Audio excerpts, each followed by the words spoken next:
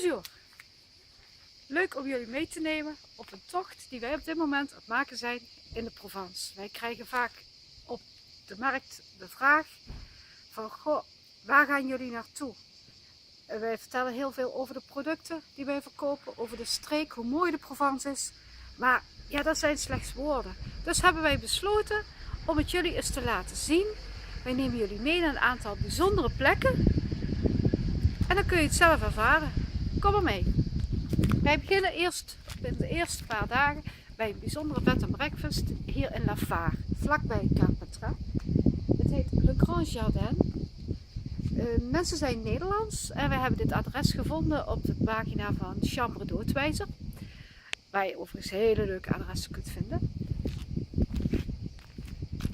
En ik loop nu naar achter toe. Ga maar mee. Leuke parkeerplaats voor onze bus.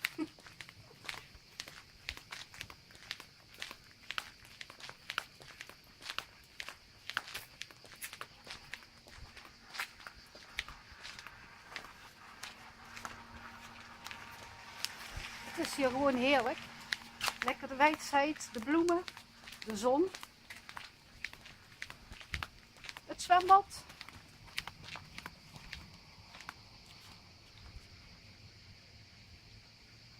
Gezellige zithoekjes. Gewoon een heerlijke plek om tot rust te komen.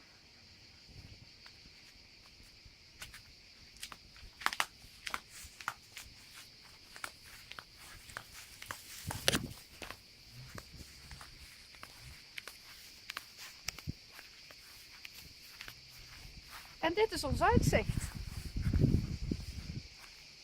Je ruikt de lavendel, je hoort de krekels. Het is ja gewoon leuk, gezellig.